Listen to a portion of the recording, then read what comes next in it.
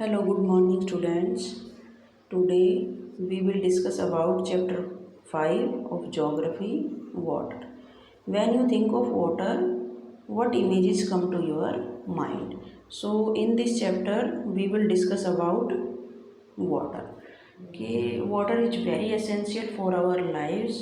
Without water, we cannot survive. So, in this chapter, we will discuss about the distribution of water, the currents of water, and so many things. So now let's start the chapter. You think of rivers, waterfalls, the pitter patter of raindrops, water in your taps. Children love to float paper boats in rain paddles. By noon the paddles vanish. Where does the water go? क्या होता है कि जो पानी होता है, जब हम उसके बारे में सोचते हैं तो इसके जो सोर्सेज होते हैं वो हमारे माइंड में घूमते हैं कि हम रिवर्स के बारे में सोचेंगे, वाटरफॉल्स के बारे में सोचेंगे, पिटर पैटर ऑफ रेन ड्रॉप्स, बारिश की जो रिमझिम होती है उसके बारे में सोचते हैं, और जो टैप होते हैं हमारे घरों के अंदर पानी के उसके बारे में सोचते हैं। तो इस तरह की चीज़ें हमें हमारे इमेजिनेशन में आती है। चिल्ड्रन जो होते हैं, बारिश का जब पानी होता है उसकी वजह से पैडल्स बन जाते हैं कि छोटे छोटे गड्ढे जो होते हैं वो बारिश के पानी से भर जाते हैं। तो बच्चे क्या करते हैं, उनके अंदर कागज़ की बोट बनाते हैं, फिर उसको फ्लोट करते हैं और बहुत खुश होते हैं। बट क्या होता है कि by Noon the paddles vanish, कि दोपहर तक ये जो पैडल्स होते हैं ये गायब हो जाते हैं। Where does the water go, तो ये पानी कहाँ चला जाता है। तो यहाँ पर क्वेश्चन होता है where does the water go. इसका आंसर होता है the sun's heat causes evaporation of water into vapour, कि सन की जो हीट होती है वो पानी को इवोपरेट कर देती है। पानी जो होता है वेपर के रूप में ऊपर चला जाता है। When the water vapour cools down, और फिर जब ये वाटर वेपर होता है ठंडा होता है, इट कंडेंसेस, तो ये कंडेंसेस के रूप में बन जाता है। एंड फॉर्म क्लाउड्स, और फिर इससे क्या बनता है, बादल का रूप ले लेता है। From there it may fall on the land और see in the form of rain, snow और स्लीप, और फिर ये वापस अर्थ के ऊपर आता है किस रूप में, ये बारिश के रूप में या फिर स्नो के रूप में या स्लिट के रूप में वापस अर्थ के ऊपर आता है। तो यहाँ पर जो प्रोसेस होता है ये the process by which water continually changes it's form, ये लगातार चेंज होता रहता है इसकी जो फॉर्म होती है। एंड सर्कुलेट बिटवीन ओशियन, और ये किस किस के बीच में सर्कुलेट होता रहता है, ओशियन के बीच में, एटमॉस्फेयर के बीच में और लैंड के बीच में, जिसको वाटर साइकिल बोला जाता है। तो यहाँ पर एक पिक्चर होती है जो वाटर साइकिल को डिपिक्ट कर रही होती है। ये देखिए यहाँ पर ये आपके ओशियंस होते हैं। ओशियंस के पानी के अंदर जब सन की हीट जो होती है वो जाती है तो ये पानी इवापोरेट हो जाता है। इवापोरेशन की वजह से ये ऊपर चला जाता है और कंडेंसेशन का रूप ले लेता है, और फिर ये प्रेसिपिटेशन के थ्रू वापस अर्थ के ऊपर आता है। तो इस तरह से ये प्रोसेस होता है, ये लगातार चलता रहता है, जिसको वाटर साइकिल बोला जाता है। The earth is like a terrarium, the same water that existed centuries ago still exist today. जो अर्थ होती है वो टेरेट्रियम की जैसी होती है।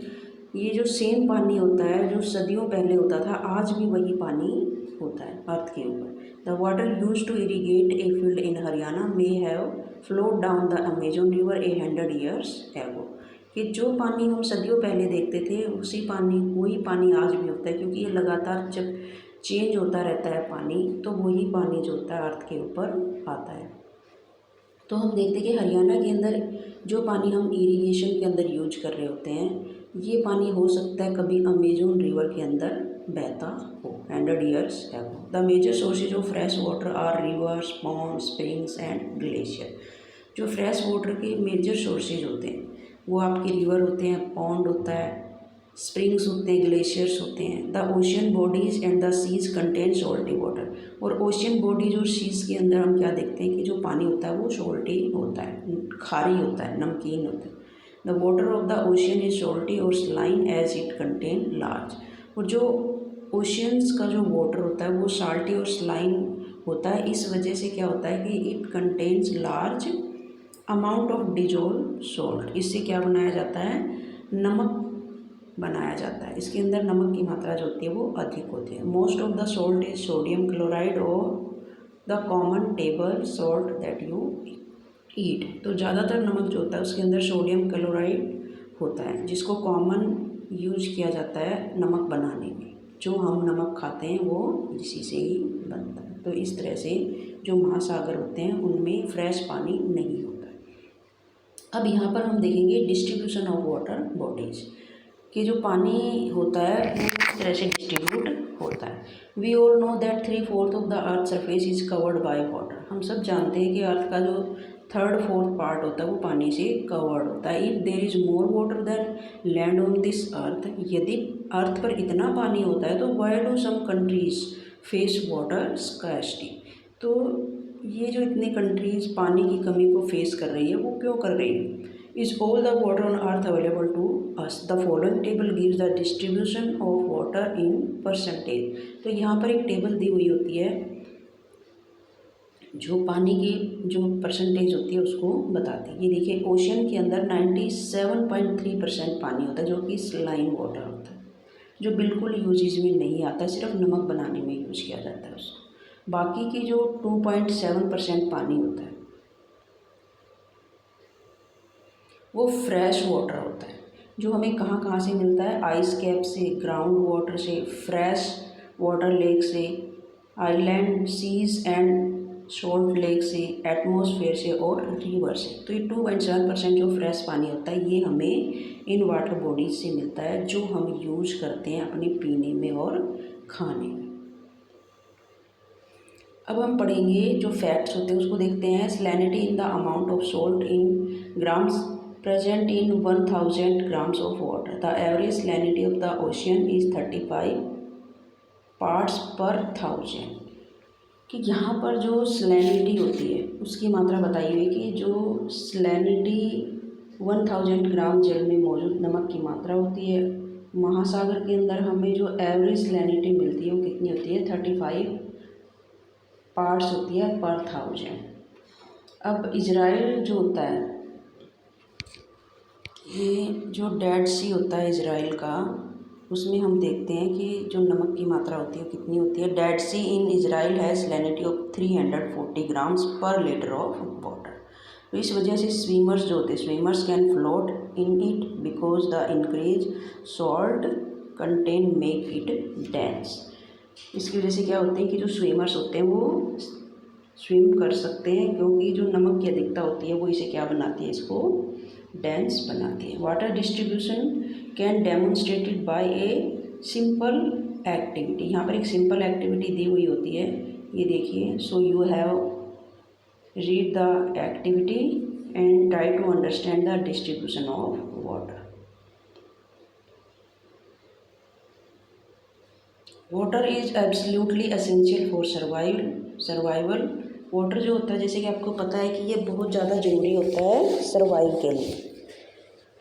Water alone can quench our thirst when we are thirsty. Water जो होता है जब हम प्यासे होते हैं तो पानी हमारी प्यास बुझाता है।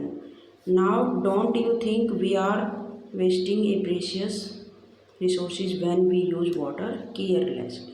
सो यहाँ पर हम ये सोचते हैं कि क्या होता है कि हम जो ये बहुमूल्य आपका रिसोर्सेज होता है इसको अपने केयरलेसली के थ्रू इसको क्या कर रहे हैं, हम इसको बर्बाद कर रहे हैं। तो इस तरह से पानी जो होता है उसको यूजेज कीजिए, इसको बर्बाद नहीं करना होता है।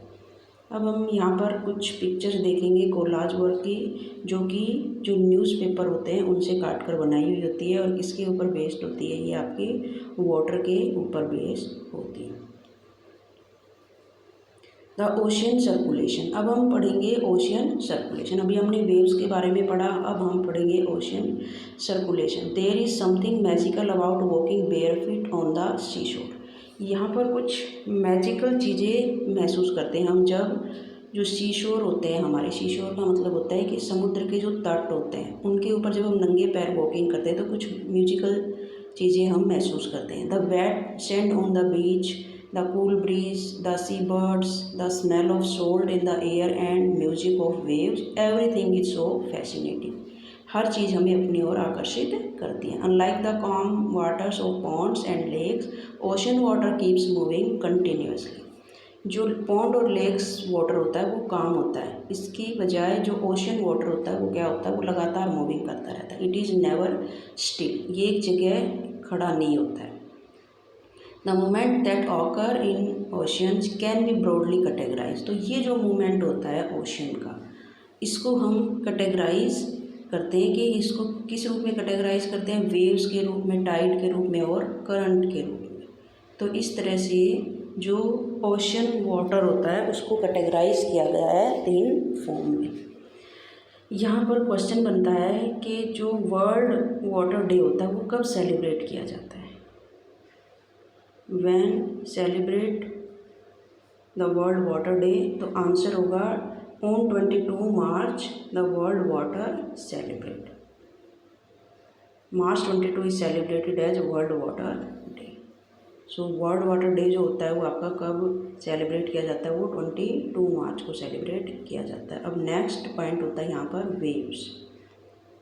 When you are playing throw ball on the beach and the ball falls into water, what happens?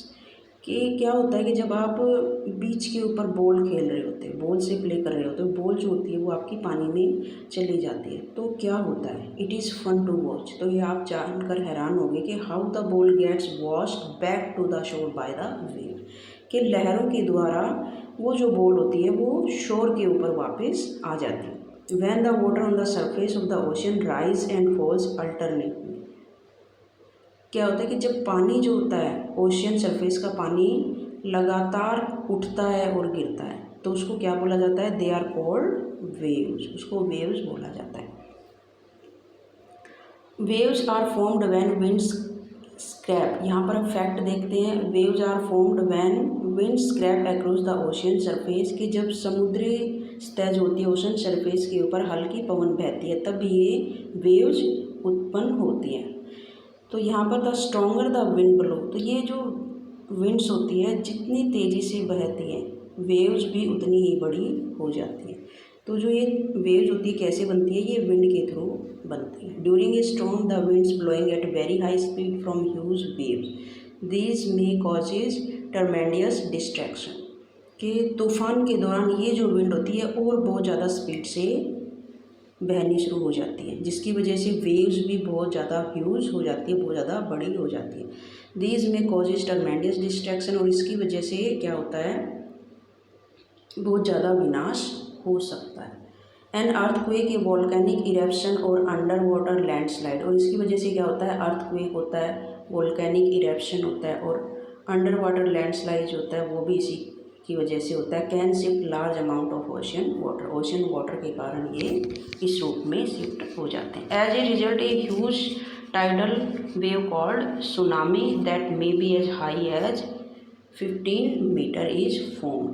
यदि ये जो ह्यूज टाइडल होती है 15 मीटर ऊंची हो सकती है, तो इसको क्या बोला जाता है, सुनामी बोला जाता है। The largest tsunami ever measured was 150 metre high, जो सबसे लार्जेस्ट जो सुनामी होती है उसको 150 मीटर हाइट के अंदर मेजर किया गया है। These wave travel eight A speed of more than 700 kilometre, ये किस स्पीड से चलती है, ये 700 किलोमीटर पर आवर की स्पीड से चलती है ये जो वेव्स होती है। The tsunami of 2004 causes wide spread damage in the coastal areas of India. 2004 के अंदर ये जो वाइड स्प्रेड जो वेव्स थी, इन्होंने जो कोस्टल एरियाज थे उनको बुरे तरीके से क्या कर दिया था, डैमेज कर दिया था। The Indira point in the Andaman and Nicobar island got submerge after the tsunami, और जो इंदिरा पॉइंट होता है अंडमान निकोबार के अंदर, वो इस सुनामी के कारण डूब गया था। तो यहाँ पर जैपनीज के अंदर देखते हैं कि सुनामी को क्या बोला जाता है। Tsunami is the Japanese word that means harbour waves, इनको हार्बर वेव भी बोला जाता है। As the harbour gets destroy whenever there is tsunami, तो ये जब ये हार्बर वेव्स होती है डिस्ट्रॉय होती है तो फिर सुनामी आते हैं। तो यहाँ पर एक जो सुनामी आई थी 2004 के अंदर इंडिया में 26 दिसंबर 2004 को, तो उसके बारे में बताया गया है कि उसने कितना विनाश किया था। सुनामी और the harbour wave struck havoc in the Indian Ocean on the 26 दिसंबर 2004। 26 दिसंबर 2004 के अंदर इंडियन ओशन के अंदर जो सुनामी आई थी उसने बहुत ज़्यादा विनाश किया था। The wave was result of the earthquake, ये जो वेव्स थी किसका रिजल्ट थी, ये अर्थक्वेक का रिजल्ट थे। That had its epicentre close to western boundary of Sumatra. यहाँ सुमात्रा एक कंट्री होती है, उसके पास में वेस्टर्न बाउंड्रीज, उसका एपिसेंटर वहाँ होता है, कि उसका जो एपिसेंटर था वो उसके पास होता है सुमात्रा वेस्टर्न के अंदर। The magnitude of the earthquake was 9.0 on Richter scale, इसका जो मैग्नीट्यूड होता है रिएक्टर स्केल पर 9.5 मेजर किया गया था। As the Indian plate went under the Burma plate, जो इंडियन प्लेट होती है वो बर्मा प्लेट के अंदर धंस गई थी। There was a sudden movement of the sea floor, ये सी फ्लोर पर सडन मूवमेंट होता है। कोजिंग द अर्थक्वेक, किसके कारण, अर्थक्वेक के कारण। जैसे अर्थ पर अर्थक्वेक आते हैं, ऐसे ही जो ओशियंस होते हैं उनके अंदर भी अर्थक्वेक आते हैं। The ocean floor was displaced by about 10-20 metre and tilted in a downwardly direction. Ocean floor जो था वो डिस्प्लेस हो जाता है, किसके कारण, बाय अबाउट 10-20 मीटर तक, and tilted in downwardly direction, और ये किसकी तरफ झुक जाता है, डाउनवर्डली डायरेक्शन की तरफ झुक जाता है। एक huge masses of ocean water flow to fill in the gap, तो ये जो गैप बनता है उसमें पानी भरना शुरू हो जाता है। That was being created by displacement, इस डिस्प्लेसमेंट की वजह से। This mark the withdraw of the water mass from the coast line of the land masses in the south and south east Asia. और इस वजह से क्या होता है कि जो ये सुनामी जो थी, एशिया की समुद्री तट से जल हटने लगता है इसमें, इसके फलस्वरूप जो दक्षिणी और दक्षिण पूर्वी जो एशिया होता है उसके समुद्री तट से जल हटने लगता है। Indian plate blow, after thrusting of the Indian plate blow the Burma plate, और इसकी वजह से क्या होता है कि जो इंडियन प्लेट होती है वो बर्मा प्लेट के नीचे चले जाने पर जल जो होता है वापस समुद्र की ओर लौटता है। The water mass is rush back toward the coast line. Tsunami travelled at speed of about 800 kilometre per hour, ये 800 पर किलोमीटर आवर की रफ्तार से चलती है।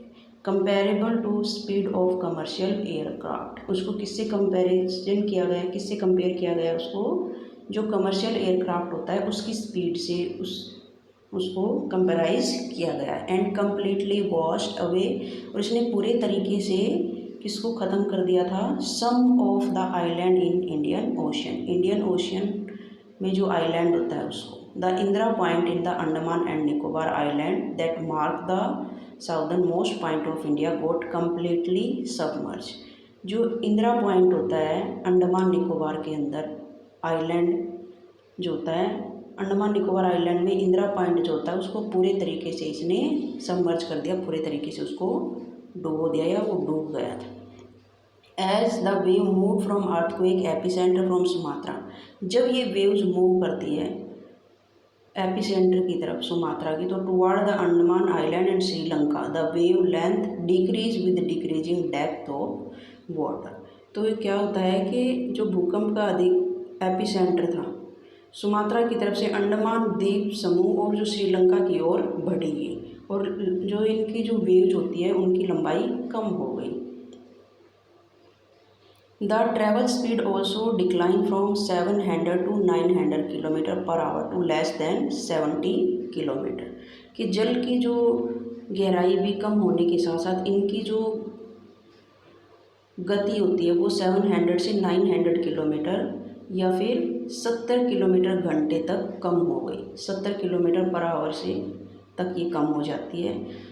और उसकी वजह से tsunami waves travel up to depth of 3 kilometre, समुद्र तट से जो सुनामी तरंगे होती है, सुनामी वेव्स होती है 3 किलोमीटर तक की गहराई तक ये गई, जिसके फलस्वरूप क्या होता है कि बहुत सारे लोग जो थे कोस्ट एरिया के वो मारे गए थे। Killing more than 10,000 people and affected more than 1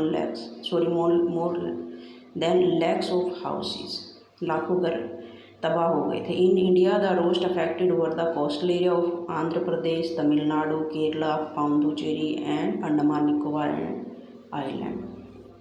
तो ये इंडिया के जो कोस्टल एरियाज़ होते हैं ये उसके अंदर बुरे तरीके से अफेक्टेड हुए थे। While the earthquake can not be predicted in advance. यद्यपि क्या होता है कि जो भूकंप होता है, अर्थक्वेक होता है, उसका पहले से अनुमान नहीं लगाया जा सकता। It is possible to give a 3 hours notice of potential tsunami. फिर भी जो बड़ी सुनामी होती है उसको उसका जो संकेत होता है वो 3 घंटे पहले हमें मिल सकता है। Such early warning system are in place across the Pacific Ocean, क्योंकि इस तरह की जो वार्निंग सिस्टम होते हैं वो पैसिफिक ओशन जो होता है उसके अंदर होते हैं, but not in the Indian ocean. लेकिन इंडियन ओशन के अंदर इस तरह का कोई वार्निंग सिस्टम नहीं होता है। Tsunami are rare in the Indian ocean, क्योंकि जो इंडियन ओशन के अंदर सुनामी आती है वो रेयर होती है, कभी कभी आती है। एज द सीस्मिक एक्टिविटी, जो कि एक सीस्मिक एक्टिविटी होती है, is less as compare to Pacific, जो कि पैसिफिक ओशन होता है उसमें ये जो एक्टिविटी होती है ज़्यादा होती है, सीस्मिक एक्टिविटी। तो इसलिए जो पैसिफिक ओशन होता है वहाँ पर वार्निंग सिस्टम लगाया हुआ होता है, इंडियन ओशन के अंदर वार्निंग सिस्टम नहीं होता है। The tsunami that ravaged the south and south east Asia coast in December 2004 is the most devastating tsunami. ये जो दिसंबर 2004 में जिस सुनामी ने साउथ और साउथ ईस्ट एशिया के जो कोस्ट थे, जो तट थे, उन पर भारी तबाही मचाई, पिछले कई सौ वर्षों की सबसे ज़्यादा विनाशकारी सुनामी होती 2004 की। The large damage cause to life and property was primarily a result of lack of monitoring, the early warning system and knowledge among the coast dwellers of Indian Ocean। क्या था कि ये जो लार्ज डैमेज हुआ था इसके अंदर, वो किसके कारण हुआ था? लाइफ और प्रॉपर्टी जो होती है वो बहुत ज़्यादा डैमेज हो गई थी। ये इसमें क्या था कि जो प्राइमरली जो चेतावनी होती है, मॉनिटरिंग होती है, आरंभिक चेतावनी की जो यहाँ पर मॉनिटरिंग होती है, वार्निंग सिस्टम होता है, और जो अवेयरनेस होती है वहाँ के ड्वेलर्स की, वहाँ के निवासियों की, उसमें कमी के कारण ऐसा हुआ था कि उन्होंने क्या किया था कि the first indicate that tsunami is approaching is the rapid withdraw of water from the coastal region. ये सुनामी आने का जो पहला संकेत होता था वो ये था कि जो पानी जो था, वाटर जो था कोस्टल रीजन का, वो तेज़ी से पीछे जा रहा था और उसमें विनाशकारी लहरें उठने लग गई थी। Followed by destructive wave when this happen on the coast. Coast के ऊपर जब ये चीज़ें घट रही थी तो instead of people going to high ground, कि लोग ऊंचे स्थानों पर जाने की बजाय they started assembling at the coast, वो कोस्ट के ऊपर इकट्ठा होने शुरू हो गई, टू व्यू द मिरेकल्स, इस अचंभे को देखने के लिए। As a consequence there was a large casualty of curious onlookers when the gigantic wave struck. और इसके फलस्वरूप क्या हो गया, ये जो सुनामी होती है इनकी विशाल तरंगें आई, जो बड़ी संख्या में जो लोग वहाँ पर खड़े हुए थे उनकी डेथ का कारण बन गई। तो इस तरह से ये आपका सुनामी के बारे में होता है जो 2004 के अंदर आता है। अब हम पढ़ेंगे next point is tides. The rhythmic rise and fall of ocean water twice in a day is called tide. Tide किसको बोला जाता है कि दिन में जो महासागर का पानी होता है उसका 2 बार गिरना और उठना, राइज एंड फॉल, वो क्या कहलाता है? टाइड कहलाता है। It is high tide when water covers much of the shore by rising to its highest level. कि जब हाई टाइड किसको बोला जाता है? जब वाटर जो होता है, पानी जो होता है, वो सर्वाधिक ऊंचाई तक उठकर जो तट के जो बड़े हिस्से होते हैं उनको डुबो देता है, उसको हाई टाइड बोला जाता है। It is low tide when water falls to its lowest level and recedes from the shore. और लो टाइड किसको बोला जाता है? जब जल जो होता है अपने सबसे लोवेस्ट लेवल पर आ जाता है और तट से पीछे चला जाता है, तो उसको बोला जाता है लो टाइड। तो इस तरह से ये हमारी टाइड जो होती है 2 तरह की होती है, लो टाइड और हाई टाइड। अब हम इनको देखते हैं कि the strong gravitational pull exerted by sun and the moon on the earth surface causes the tide। कि जो स्ट्रॉन्ग ग्रेविटेशनल पुल होता है वो सन और मून कि शक्तिशाली जो ग्रेविटेशनल बल होता है उसके कारण पृथ्वी पर क्या आते हैं, कॉजेज द टाइड आते हैं। The water on the earth closer to the moon gets pulled under the influence of the moon's gravitational force and cause high tide। क्या होता है कि the water of the earth, जब अर्थ का जो पानी होता है मून के पास में जाता है तो gets pulled under the influence, तो ये मून की जो ग्रेविटेशनल फोर्स होती है उससे इन्फ्लुएंस होता है और हाई टाइड का कारण बनता है। During the full moon and new moon days, ये किस दौरान होता है, जब फुल मून होता है और न्यू मून्स होता है उसके दौरान ऐसा होता है। The sun, the moon and the earth are in the same line, जब सन, मून और अर्थ एक ही लाइन में होते हैं, द टाइड आर हाईएस्ट, तो ये जो टाइड होती है हाईएस्ट हो जाती है। These tides are called spring tides, इन टाइड्स को क्या बोला जाता है, स्प्रिंग टाइड्स बोला जाता है। But when the moon is in its first and last quarter, लेकिन जब मून जो होता है वो अपने पहले और लास्ट क्वार्टर में होता है तो ocean waters get drawn in diagonally opposite direction by the gravitational pull of sun and moon resulting in low Tide.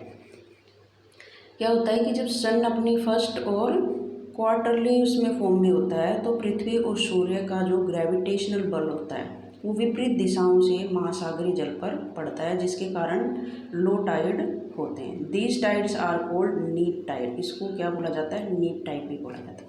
High Tide को स्प्रिंग टाइड भी कहते हैं और लो टाइड को नीप टाइड भी बोला जाता है। High tides help the navigation, अब ये जो टाइड्स होते हैं ये हमें हेल्प करते हैं दूसरी चीज़ों के अंदर, कि हाई टाइड हमें हेल्प करता है इन नेविगेशन के अंदर, कि नौकाएं जो चलती है, नाव चलाई जाती है वो हाई टाइड के थ्रू चलती है। क्यों, they rise the water level close to the shore, ये क्या करती है, जल स्तर को तट की ऊंचाई तक पहुंचाते हैं। These helps the ship to arrive at harbour more easily, और ये जो जहाज़ होती है, शिप होती है, इनको जो बंदरगाहों तक पहुंचाने में भी ये सहायक होती है। The high tide also help in fishing, high tide जो होती है वो फिशिंग के अंदर भी हेल्प करती है। Many more fish come closer to the shore during the high tide, बहुत ज़्यादा फिश जो होती है वो हाई टाइड के दौरान शोर के ऊपर आ जाती है। This enable fisherman to get a plentiful catch, और जो फिशरमैन अनेबल होता है कि फ़िश नहीं पकड़ सकता, वो भी बहुत सारी फ़िश जो होती है उनको कैच कर लेता है। The rise and fall of water due to tide is being due to generate electricity in some places, और कुछ जगह पर इन जो टाइड्स होती है, राइज और अप होती है, सॉरी राइज और फॉल्स होती है वाटर के अंदर, उन टाइड के कारण कुछ जगहों पर, कुछ प्लेसेस पर इलेक्ट्रिसिटी जनरेट की जाती है। अब हम पढ़ेंगे third is current oceans, point होता है oceans current. Ocean currents are stream of water flowing constantly on the ocean surface in definite direction, के ओशियन करंट्स जो होते हैं वो निश्चित दिशा में महासागरीय सतह पर नियमित रूप से बहने वाली जल की धाराएं होती हैं, डेफिनेट डायरेक्शन के अंदर ये होती है और इनको जल धाराएं बोला जाता है। द ओशियन करंट्स में बी वार्म और कोल्ड, जो ओशियन करंट्स होती है वो गर्म भी होती है और कोल्ड भी होती है। Generally the warm ocean currents originate near the equator and move toward the poles, ये अक्सर क्या होता है कि ये जो गर्म करंट्स होती है भूमध्य रेखा के निकट उठती है, उत्पन्न होती है और ध्रुवों की ओर बहती है, पोल्स की तरफ ये जाती है। The cold currents carry water from polar, और जो कोल्ड करंट्स होती है ये वाटर कैरी कर लाती है पोलर से और हायर लैटिट्यूड से टू ट्रॉपिकल और लोअर लैटिट्यूड, और फिर ये इनको कहाँ छोड़ देती है, ये जो हमारे हायर लैटिट्यूड होते हैं उनसे ये आती है और जो लोअर लैटिट्यूड होते हैं उनकी तरफ ये बहती है। The Labrador ocean current is cold current, जो कोल्ड करंट का यहाँ पर नाम होता है Labrador oceans. While the gulf stream, और वार्म करंट जो होती है वो होती है आपकी गल्फ स्ट्रीम, जो ठंडी जलधारा है वो लैब्राडोर होती है और गर्म जो जलधाराएँ होती है वो आपकी गल्फ स्ट्रीम के नाम से जानी जाती है। The ocean current influence the temperature condition of the areas, the ocean currents जो होती है किससे इन्फ्लुएंस होती है, वो वो उस एरिया का जो टेम्परेचर कंडीशन होता है उससे इन्फ्लुएंस होती है। Warm current bring about warm temperature. जो वार्म करंट होती है वो क्या लाती है, वार्म टेम्परेचर लाती है over land surface. Land surface पर भी वो वार्म टेम्परेचर लाती है। The area where the warm and cold current meet provide the best fishing ground. The क्या होता है कि जो जिस स्थान पर ये गर्म और शीत जलधाराएं मिलती है वह स्थान विश्व में मछली पालन का क्षेत्र माना जाता है, सर्वोत्तम मत्स्य पालन का क्षेत्र माना जाता है। तो जापान जो होता है उसके आसपास का जो एरिया होता है, जापान के आसपास और उत्तर अमेरिका के पूर्वी तट इसके कुछ एग्जाम्पल होते हैं। Sea around Japan and eastern coast of North America are such example. The area where a warm and cold current meet also experience foggy weather making it difficult for navigation. के वहाँ पर क्या होता है कि कुछ फोगी वेदर भी बन जाता है इसकी वजह से, और उससे क्या होता है कि जो नेविगेशन होता है उसके अंदर डिफ़िकल्टी पैदा होती है। तो इस तरह से हमारा जो चैप्टर होता है ये फिनिश हो जाता है। आई होप आप इसको पढ़ेंगे, देखेंगे और समझेंगे।